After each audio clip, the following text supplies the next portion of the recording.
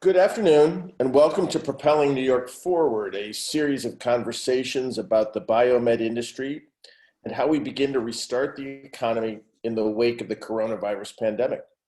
I'm Win Thurlow, Executive Director of MedTech, New York's association dedicated to growing the life sciences ecosphere. We connect the biomed industry through business development, education, and advocacy. For those of you who'd like to learn more about MedTech and how you can connect with our members, please check us out at medtech.org. We see these conversations as integral to what we do here at MedTech, and we're able to make this series available free to you thanks to the generosity of our sponsors, Regeneron Pharmaceuticals, MPR Associates, Thermo Fisher Scientific, GKG, Barclay Damon, and FuseHub. We'd love to have your company or organization join us as a sponsor so that we can continue to deliver high quality education to our diverse audience. You can find a complete calendar of our Propelling New York Forward discussions on our website, and you may also at any time listen to past episodes. During today's conversation, we invite you to send us your questions through the chat and Q&A function that you can find by hovering your cursor over the bottom of your screen. We'll start off with a short discussion and then turn to some of your questions. I'm pleased to welcome today Dr. Venu Govindaraju, Vice President for Research and Economic Development at the University of Buffalo, to discuss how we reignite the academic research enterprise. The University of Buffalo, part of the State University of New York system, has a worldwide reputation for its academic research programs, including particularly strong programs in medicine and the life sciences. Venu, thanks for joining us today. Thank you, Win, and good afternoon to you and to everybody who is participating in this webinar. Nice to be here. And it's nice to have you. I'm wondering if you could I can't believe that there's anybody not familiar with the work of the University of Buffalo, but I'm wondering if you could start off by just telling us a bit about Buffalo and your role in research and economic development. Sure. So University at Buffalo, UB, as we like to be known, is part of the 64 university system called the State University of New York system. And we take a lot of pride in being the most comprehensive and a flagship university of this SUNY system. Just to give you an idea, when we have almost 30,000+ students, 30,000 plus, about 2/3, 1/3 undergraduate and graduate. That's a very healthy mix. And we have almost 2,500 faculty members if you count part-time as well. We are comprehensive in that we have pretty much every school. So we have School of Business, we have pharmacy, of course we have the medical school, we have social work, we have law, we have engineering. And so we have, it's a comprehensive campus. I believe it is the largest in the SUNY system as well. So we take our mission as a public university with a lot of passion and pride, and I hope we'll get a chance to talk more about it as we go along. Give me a sense, if you could, about the scope and scale of the research enterprise at Buffalo. Sure. There is this association called the AAU, which is the Association of American Universities. In some sense, this is the elite group of universities in the United States, and there are a couple in Canada as well, but primarily in the United States. 65 universities which belong to this elite group. University at Buffalo happens to be one of them. In fact, among the SUNY campuses, it's just Buffalo and Stony Brook. These are the only two AAU campuses. And the one metric which allows you to be qualified to join this elite group is your research profile and research impact. I mean, that is the most important metric. I think when I last looked at the numbers that National Science Foundation was putting, in a tabular form for all the universities, UB is in the top 60 in the nation. And in terms of the volume of research that we do, it's like $412 million a year of research. About 60% of that, I would say, is in the life sciences, in the medical school. Another 25% or so in engineering, and then the remaining distributed in smaller numbers across the other schools. So we are very big in the life sciences, and we have the Buffalo Niagara Medical Corridor. So we believe we are a strong engine to drive the economy in the life sciences. And we also have a very strong engineering school. And of late, I mean, this was not true a decade back or so, but now of late, the mixing of engineering and life sciences, both coming together to solve societal challenges, is really gaining ground. There are so many schools now who are talking about having medical schools dedicated to those who have an engineering background. I heard of one such school. So we are well placed, well positioned in this Western New York space to take life sciences and drive the economy of the region. I'm wondering if you could expand a little bit on that topic, because one of the things certainly that many of our members are engaged in, many also are looking as they're expanding both their product development or their interest in the life sciences. Certainly, gone are the days when the life sciences or healthcare was limited to the basic sciences. And increasingly, whether it's informatics or data or AI and engineering, there's been a large confluence. And I'm wondering if you can give our listeners some sense, as you're looking out, where do you see those intersections going? Where do you see the future in this area? Okay, absolutely bright. The future is absolutely bright when it comes to the engineering and medicine coming together. We have had visionary leaders at UB. I don't know the exact year when biomedical engineering was started as a new department. And this particular department is saddling both the medical school and the engineering school. So we recognized early on that is where, in that intersection, lots of innovations are going to take place for societal good. We also have a health informatics program in the business school. So we are actually SUNY-wide, we are talking about artificial intelligence and health. That is one of the themes. So I think a few years back, New York State also invested in the Genomics Institute. So when we talk about things like precision medicine, what are we doing here? We are looking at personalizing things using your genome sequencing. Then we are looking at lots and lots of data, medical data, which comes from the medical informatics domain, the electronic health records domain. And then you have your original doctor and physician who's going to be looking at both of these and the patients and bringing it all together. So I think, these things have all been advancing in some sense in a parallel way. When the computers became faster, storage became cheaper, sensors were ubiquitous. So you have lots and lots of data that is being collected everywhere. Could you imagine 20 years back that every health record, there would be a record, or every X-ray image, in its fullest, expanded size will be preserved and accessible and so on. So once all these things came together and artificial intelligence was able to use the high performance computing and the data to come up with some interesting algorithms, which is all about AI. And I believe, it finds one of its biggest applications in the health area. And that is because traditionally, the doctors, time with the doctors is expensive, healthcare is expensive.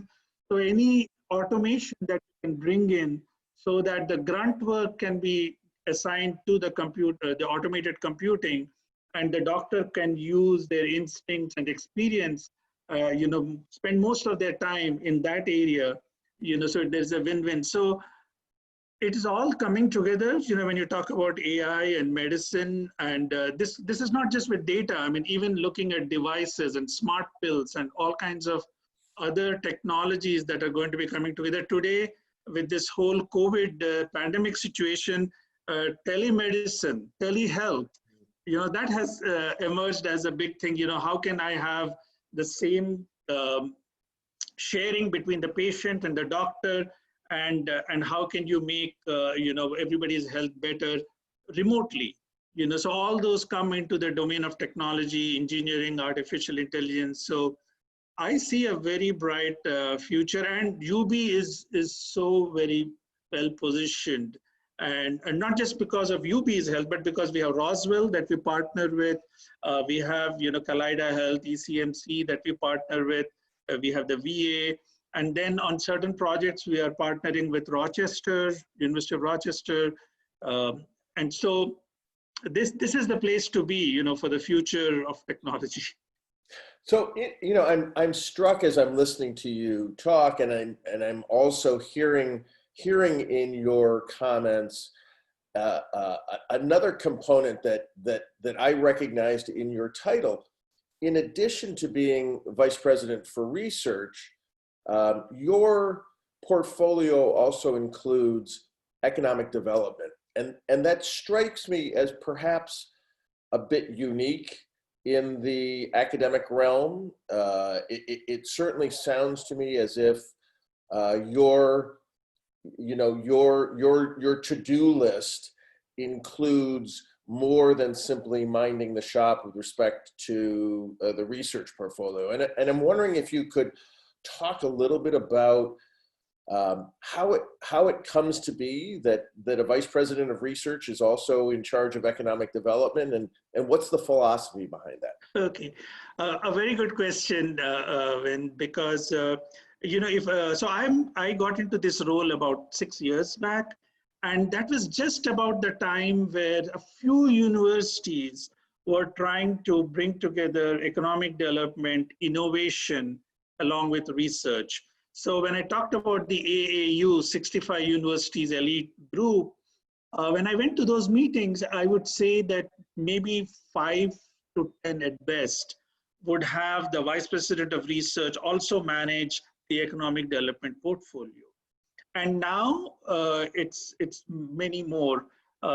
Just so that you may be curious, Stony Brook had them separated, and it's only 2 years back that they brought both innovation, economic development, and research together.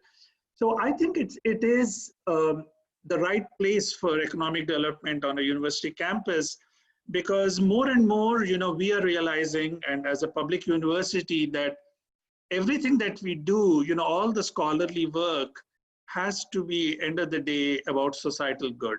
We have to make an impact, and not just make an impact in society, but it should be visible. The common citizen of New York State should be able to point to scholarly work that is taking place on the university campus and connect the dots and say, this innovation happened because of that research at this university. So in order to have that storyline, right from ideas, setting up the hypothesis, doing the experimental work, writing the research papers, and taking it to an application, and then eventually making it available to society for common good, we want to look at that entire pipeline. And so New York State has been very supportive. So at UB, in the downtown campus area, we have the Center of Excellence for the Life Sciences. We have one for Materials Informatics. We have the CAT program.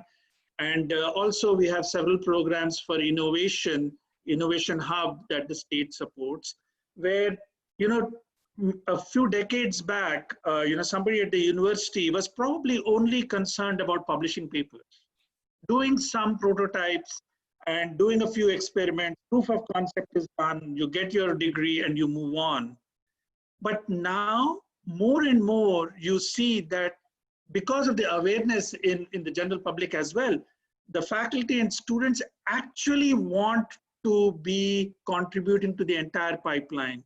We have faculty who will come in and would want to start a company from day one. They want to have their own company. And our office encourages that. Few decades back, it must have, probably it was frowned upon because it somehow diminished the scholarly, the geeky picture that we have of a university professor. But now it is the cool thing to do. It's probably the Silicon Valley effect. It's probably the Boston corridor effect. But more and more we see our junior faculty interested in launching their own companies. More and more we see students coming to the university with bright ideas, with curiosity on how they can start their own company. And so in our at UB, you know, we have if I want to say what are the three main things that that make up my portfolio and are important to me as a VPR. The first is, of course, how big is our research and what kind of impact are we making in society? I said $412 million. So that's a number that we keep tracking. The second one would be innovation and technology transfer. How many patents, how many startup companies, what did we license, how many jobs were created, were we really partnering with the local industries, are we actually benefiting the community that we live in? That's the second. And the third, of course, is compliance and making sure that all the rules are being followed. So I would say that they all three are important, and you can see that technology, innovation is right there along with the scholarly research. So it makes sense. More universities are taking this route now. And I think going forward, a lot more will happen. Maybe we'll get a chance later on where I can talk about how UB has become more business friendly and economic development friendly. What are we doing on the campus to enable more partnerships with the industry and help in job creation?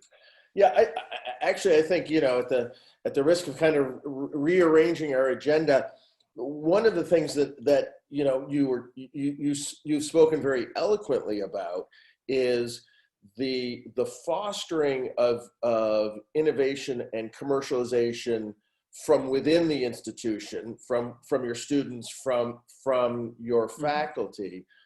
And I'm glad you mentioned being business friendly, because in my mind, that raises kind of the other side of the equation, right? How, what opportunities exist, or how does the university reach out and create connections with existing companies, entrepreneurs, and what have you from outside the system?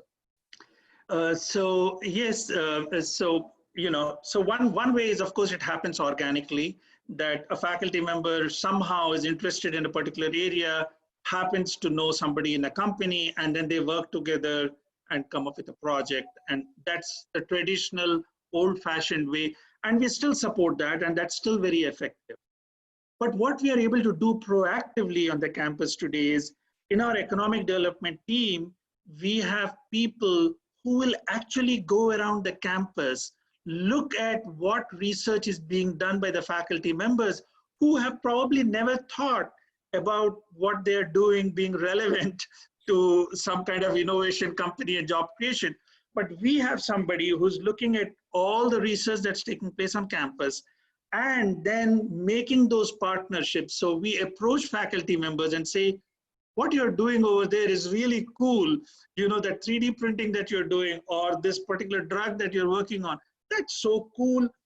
Will you be interested in meeting with this person from this company? And we at university, in our office, we can fund the initial partnership so that there is no tension on who is paying for whose time. So we have programs where we will actually help faculty members who have been identified to go and work with the company. So that's one way. At the student level, we are doing something even more interesting, and this is just being launched, where we are saying that we have so many students, especially international students, who are coming to UB to study. And then after they get their degree, most of them are just leaving. They go to California or New York City or somewhere else. And why is that? I mean, can we change that? And one way to change that is making them aware of what the possibilities are in Western New York. So we are launching a program where students will be able to shadow some of the alumni who work here in Western New York. We want to arrange, and this is not just a tour where you take a group of students for an hour and then come back, but we essentially make sure that everybody who's interested is tagged with somebody in the company so that they can spend a week, can spend a summer, can do an internship, and explore possibilities right here in Western New York. So in both ways, we are doing that. So the third way is the industry, the local companies come to us and say, we have this kind of a problem. Do you have faculty expertise, to help us? And in those cases, we are opening, our labs, our instruments, our faculty expertise, everything, and enable the partnership. So all these three modes are being done actively. It is not just happenstance that somebody finds somebody and there is a company that is being started. We are actively looking for such opportunities, and we have people dedicated just to do that. So that I would say is one way, and there's another way about licensing and commercialization, but perhaps we can come to that later. Sure. I'm wondering, Venu, if we could just spend a few minutes talking about the impact the coronavirus pandemic had on, or has had, and maybe continues to have on the academic research enterprise at Buffalo. Where, what happened to ongoing studies? How have you, perhaps changed or refocused your efforts as a result of what's been going on? Right. So, I think it was around March 20th, we sent out a communication saying, oops, looks like we're going to close the labs. And March 23rd, it was almost like turning the switch off. Okay.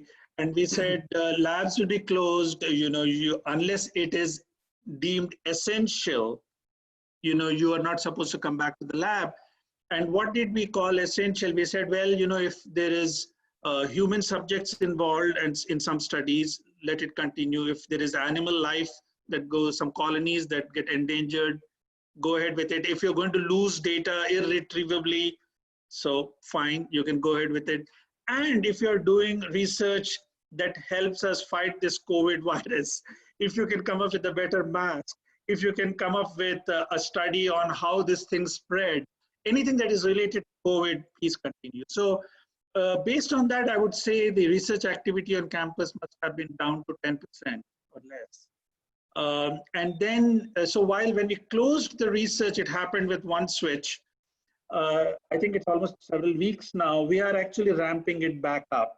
And this is going in stages. So bringing it back has been in stages.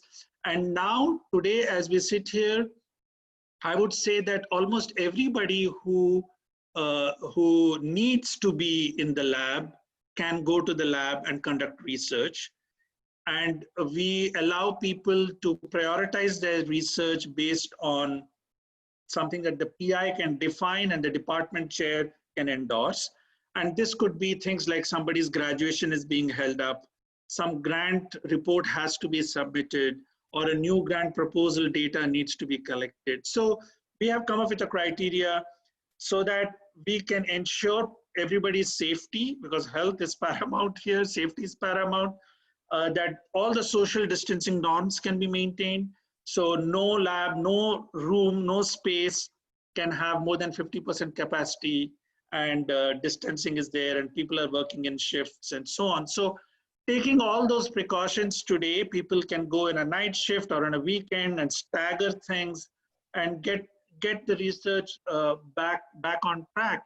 But I would say that there must have been at least a 2-month period where things were very quiet, except for the essential research. When the infrastructure that supports research, fortunately for us, was operating at 100% efficiency. So if somebody wants to submit a proposal, all the budgeting and all the things that are required in our back offices, people were able to do that remotely, without any drop in productivity and efficiency. So we were able to support everything, but if you actually have to go into a wet lab and actually have to do some experiment in the lab, then that was put on hold. So we called it hibernation. So research was in hibernation. We are waking up now.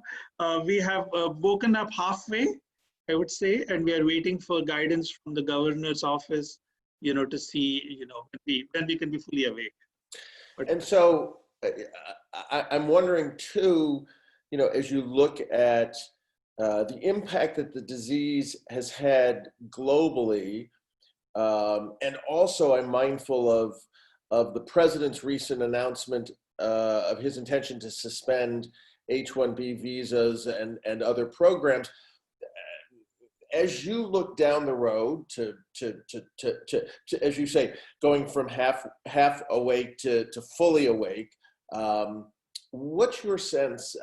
Are you going to be impacted by some of these other international impacts? so when, as you know, that the immigrants and international students, UB has about 16% international students. It is among the in the nation, if you look at university campuses, we must be in the top 10 when it comes to the percentage of international students. We know that at least definitely in the technology space, the international students and our immigrants have contributed a lot. I was looking at some studies which said that the economic development, the economic impact because of international students on US campuses is more than 40 billion. If you just look at the travel that they do domestically, their dorms, their lodging and so on. So it's $40 billion. It's a big number. But more importantly, what happens when such H1B, and there must be good reasons for the president to do that and put things on pause. But unfortunately, it sometimes has a chilling effect for the future, because people who are looking at United States to come here, get an education, and then contribute to its economy and find that American dream, are suddenly going to feel a little less welcome. And they might look at Australia or Canada or the European Union. So in the long run, it might, have a negative impact. Hopefully not. Hopefully we will come back, to where things were before, and welcome all international students. And H1B visa is what makes the education in the United States for international students attractive, right? Because you come here, you get your degree, you get your training, and then you have the opportunity to work in a US company. So I wouldn't say that there is going to be a difference in the short term, because if you look at the exemptions that are being allowed, most of the people who already have the visa, can still come, or who are here can stay. It only is for new visas. So hopefully this will be a short time impact. But in the long run, I would say that, the US economy is, that's a big driver. And while, as I said, the president could have good reasons. And yes, the American workforce also has to come back, because there's a lot of unemployment out there. And so some calculations must have been made. But hopefully this is only a short-term thing, and we will get back to where we were before. I also want to remind those who are listening today, we've got a few minutes left for some questions, and so I want to encourage you, if you've got any particular questions, to send them through the Q&A function at the bottom of the screen, and we will take as many of them as we can handle. Let me start with one question, Venu, that came in from one of the listeners. Who says, I'm writing from the private industry perspective. In my experience, private industry and academics sometimes feel like they're speaking different languages. That has proven to be a challenge for working together on joint ventures. And this person asks, could you ask, what efforts are being made at Buffalo to try to translate those languages? Okay, that is a good question. And I can see, that it has to be a balance. So while universities, we want to prepare our students for the long term. We want to prepare our students who can think deeply, who can look at a problem, who can analyze, and then come up with solutions.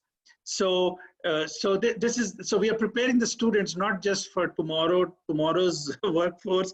We want them there for 30, 40 years. So we want to give them the fundamental tools.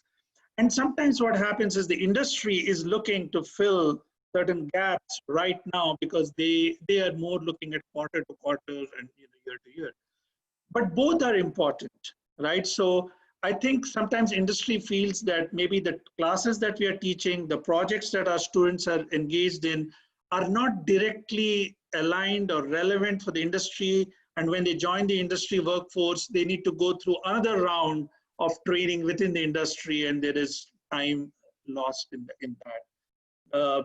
So that is not good. So we need to find a good balance where we are not doing just the specifics for the industry. We do give our students the broad-based training so that they will be there in the workforce and can adapt, with the changing winds.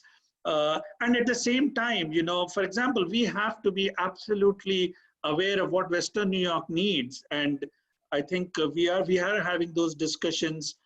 We, for example, know that there is a big demand for people with computing technology, AI, AI and health. There is that demand, and then certain kinds of skills in order to fill those gaps in the workforce. So I think this tension is a healthy tension, but we need to listen to each other all the time, right? So I would say that more internships that we can have, more faculty and industry partnership days that we can arrange. We were actually thinking of having on campus one such event for artificial intelligence, actually, to see, so many companies in New York State, including the Big Blue, they're all into AI. And what is it that they, so let's talk, what are the problems that are of interest to you? And what is it that we can do? Sometimes that communication is not free flowing because, as you know, the industry wants to protect IP and protect certain things. And sometimes they are wary that if they discuss it, in some sense, that becomes common knowledge. So they only want to listen to see what you have to say. So, but if we have more of those interactions, I'm sure this can be resolved in a healthy way. So it's win-win for everybody. And in our office, we are looking at as I said in the beginning, when we if you just look from 5 years, 10 years back, we are very business friendly. We want to work with industry. We have come up with terms of licensing and IP and everything so that it favors industry. It's not going to be held up by long drawn out litigation. We have come up with very simple templates so business can come and work with us. So I think long answer short is let's work together. Another viewer has asked, how can I find the facilities and programs at Buffalo that may be available to me?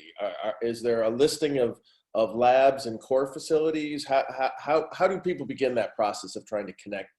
Okay, again, a very good question, and seems like these are the questions that we have been grappling with for a few years, because we also received this comment. I wouldn't call it a criticism; it's a very well constructed comment that when you go to the UB website, you really don't know where to look because there are so many gateways from which you can come in, and the gems that are there at UB are buried in different places, in different web pages, and it's not easy to navigate. In fact, our office is looking at revamping all of that and making it very easy. So it's a one-stop place. And once you make one connection with anybody at UB, we internally will connect and make everybody aware. So you don't need to repeat your story 10 times in order to get what you want. But, it takes some time to morph into this more friendly phase, which is very easy to navigate. We are absolutely on top of that particular effort. But again, a good question. And if you have suggestions, please let us know. And if you can always send an email to our office at vpr@buffalo.edu. And while we are making this web presence more friendly and easily navigatable, we can respond to you right away and help you and make those connections. I'm wondering too, Venu, if you can spend a little time telling us from your perspective, what is the differentiator, if you will, at UB? What can you sum up for us the Buffalo philosophy? Is certainly, while you've been very generous in acknowledging that other universities have also started looking into economic development, I do think it's fair to say that Buffalo is really out in the forefront in that space. And I'm wondering what allowed that to happen and where do you see it going? Okay, so I think let me answer that question in a few different ways. Firstly, Buffalo, we are the city of neighborly love and brotherly love, and we like to work together.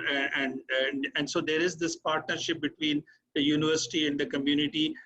Also, when at university at Buffalo, if you look at all the top public universities, we are probably one of the most accessible in terms of affordability, right? I mean, and this is also our aspiration. So if you think of Berkeley, when you talk about the West, and Michigan in the Midwest, we are aspiring to be the place to go as a public university that's accessible to everybody, all stratas of society, will have access to the best education. So at Buffalo, we like to think that if you look at the top education and top research place that we offer and what it takes to get that access, I think that meeting point for UB is in a very good sweet spot if you compare with any other university in the nation. So I think that is the differentiator for UB.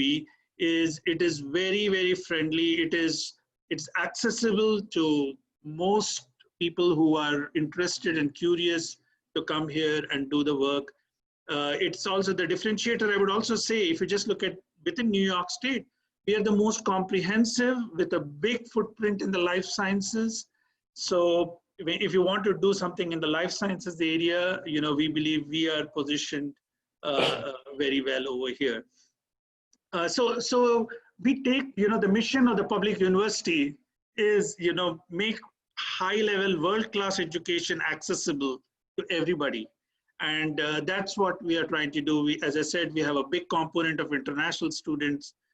These international students, there are again studies which show the correlation between international students, patents, and startup companies, because the hunger and the drive is so much over there to come and prove and realize the American dream. So I think those are the differentiators for UB, friendly place, affordable place, accessible place, and things are happening. I'm wondering too if you can share with us some sense as you look down into the future. You certainly talked about AI and data and other places. Has Buffalo developed a formal kind of strategic plan in terms of research growth? What are the areas that you think will be emphasized, say, in the next 5 to 10 years? So AI and health is definitely one of our areas where we expect growth. If you have been following what we are investing at UB, just a few years back, we invested in advanced manufacturing and robotics as a very important area, and also having so much relevance in Buffalo.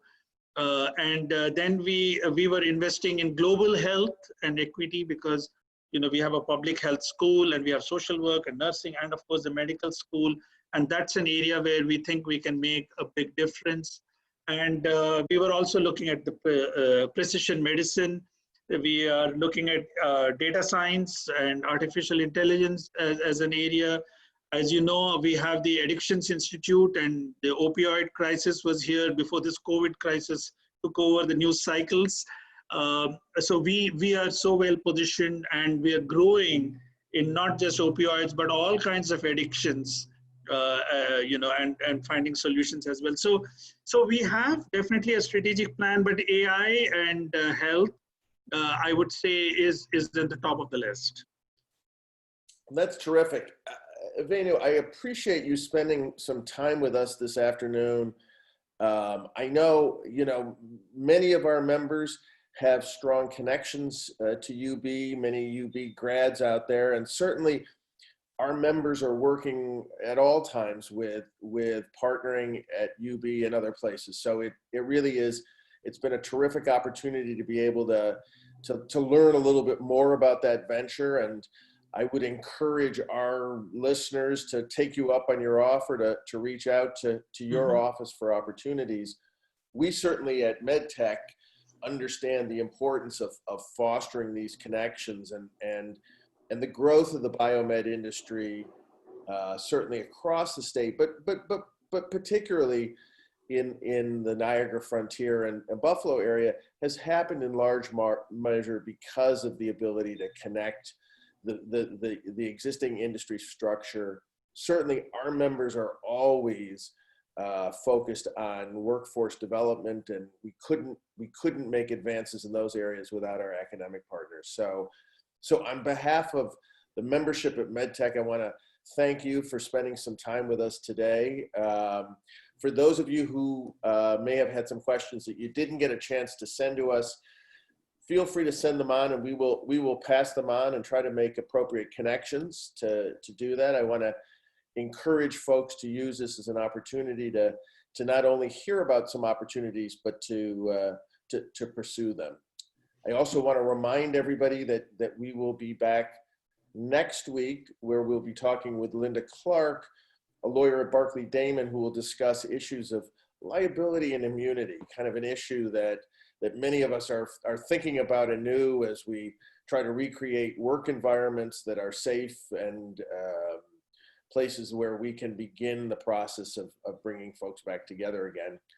As always, this conversation and all of our Propelling New York conversations are available to be listened to again, and you can find them at our website at medtech.org. Again, on behalf of the MedTech Association, Dr. Venu Govindaraju, thank you very much for being here. We appreciate your time, and best of luck. Thank you so much. Thank you for this opportunity and this conversation. I really enjoyed it. Hope you did so too. Thank you so much. Take care, folks.